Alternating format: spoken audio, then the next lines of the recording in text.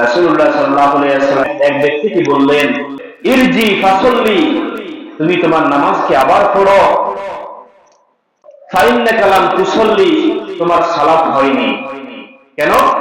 রাসূলুল্লাহ সাল্লাল্লাহু আলাইহি ওয়াসাল্লাম দেখলেন এক ব্যক্তি তাড়াহুড়ো করে মসজিদের মধ্যে দৌড়ে ঢুকে সেই ব্যক্তি নামাজটাকে খুব তাড়াহুড়ো করে শেষ করল।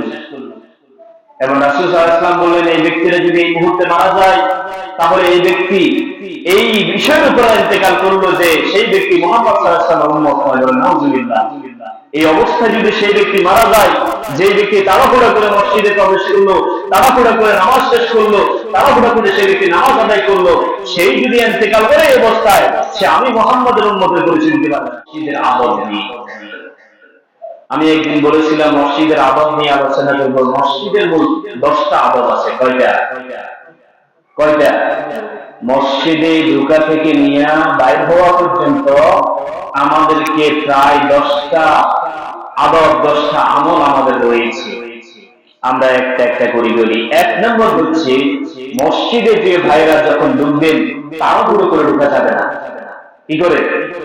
তাড়াহুড়ো করে ঢোকা যাবে না। এমন মানুষ আছে আকামত হয়ে গেছে, নামাজ দাঁড়িয়ে গেছে, দৌড় দিছে ওজুখানার দিকে, আছে না নাই? সেখান থেকে অসম্পূর্ণ ওযু নিয়ে সেই ব্যক্তি নামাজের মধ্যে তাড়াহুড়ো করে দৌড় দিয়ে চলে আসে, তার জুতার লাথি মেছে, হেঁটার জুতা কোনায় গেছে, কোনো খবর নাই, তাড়াহুড়ো করে নামাজের মধ্যে আসি, নামাজ শুরু করে দিছে, এমন মুসল্লি আছে না নাই? রাসূলুল্লাহ সাল্লাল্লাহু আলাইহি ওয়াসাল্লাম এক ব্যক্তিকে বললেন যে, ইরজি ফাসাল্লি, তুমি তোমার নামাজকে আবার পড়ো, ফাইন্নাকা লাম তুসাল্লি, তোমার সালাত হয়নি। কেন? রাসূলুল্লাহ সাল্লাল্লাহু আলাইহি ওয়াসাল্লাম দেখলেন এক ব্যক্তি তাড়াহুড়ো করে মসজিদের মধ্যে দৌড়ে ঢুকে সেই ব্যক্তি নামাজটাকে খুব তাড়াহুড়ো করে শেষ করল। এবং রাসূল সাল্লাল্লাহু আলাইহি ওয়াসাল্লাম বললেন, এই ব্যক্তিরা যদি এই মুহূর্তে মারা যায় তাহলে এই ব্যক্তি এই বিষয়ের উপর ইন্তেকাল করলো যে সেই ব্যক্তি মুহাম্মদ সাল্লাল্লাহু আলাইহি ওয়াসাল্লামের উম্মত হয়। নাউজুবিল্লাহ। এই অবস্থায় যদি সেই ব্যক্তি মারা যায়, যে ব্যক্তি তাড়াহুড়ো করে মসজিদে প্রবেশ করলো, তাড়াহুড়ো করে নামাজ শেষ করলো, তাড়াহুড়ো করে সেই ব্যক্তি নামাজ আদায় করলো, সেই যদি ইন্তেকাল করে এই অবস্থায়, সে আমি মুহাম্মদের উম্মতের পরিচয় দিতে পারবে না।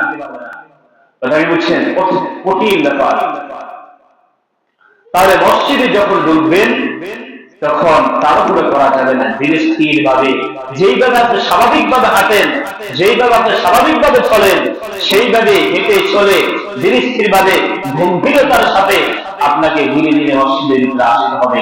একটা জিনিস খেয়াল রাখবেন, যখন আপনি ওযু করে বাড়ি থেকে নিয়ত করে নামাজের জন্য বাইর হন, তখন থেকে আপনি নামাজে রত থাকার অবস্থান মতো সওয়াব পাচ্ছেন। সুবহানাল্লাহ। তাহলে তাড়াহুড়ো কোনো দরকার আছে? রাসূল সাল্লাল্লাহু আলাইহি ওয়াসাল্লাম বলেন, তোমরা মসজিদের মধ্যে ধীরে যাও, ধীরে ধীরে ঢুকো। মসজিদে সালাত দাঁড়িয়ে গেছে, ইকামত হয়ে গেছে, কোনো সমস্যা নাই, তুমি ধীরে স্থির ভাবে ঢুকো। যতটুকু ইমামের সাথে পাও ততটুকু আদায় করো, আর যতটুকু পাবা না, পৌঁছ হয়ে যাবে, ছুটে যাবে, সেগুলো পরবর্তীতে নিজে নিজে পুরা করো। সেগুলো নিজে নিজে পুরা করো। স্মরণ রাখবা, যখন তুমি বাড়ি থেকে নামাজের নিয়ত করে বের হইছো, তখন থেকে তুমি সালাতরত অবস্থায় আছো। সুবহানাল্লাহ। আর কোন টেনশন আছে? তাহলে নামাজ ধরার কোন চিন্তা দরকার আছে? আমাদের নামাজ ধরার তো কোনো চিন্তাই নেই। আমি যখন নিয়ত করে বাড়ি থেকে বাইরেছি, তখন থেকে আসলে আমি ফরজ নামাজ রত অবস্থায়, তখন থেকে আমি ফরজ নামাজ পড়লে যে সওয়াব, ফরজ নামাজ পড়লে যে ফজিলত, সেই ফজিলত আমি তখন থেকে পাচ্ছি।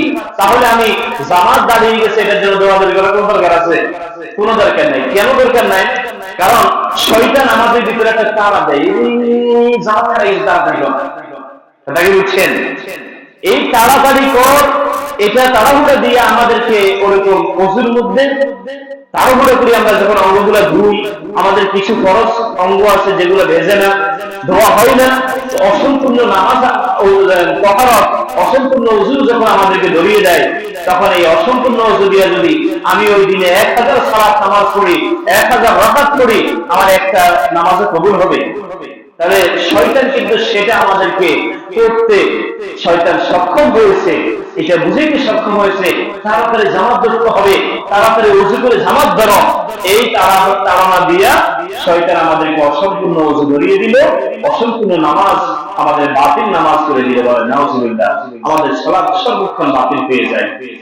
এই জন্য মসজিদে ঢুকার আদবের মধ্যে প্রথম আদব হচ্ছে মসজিদে তাড়াহুড়া করে ঢুকা যাবে না।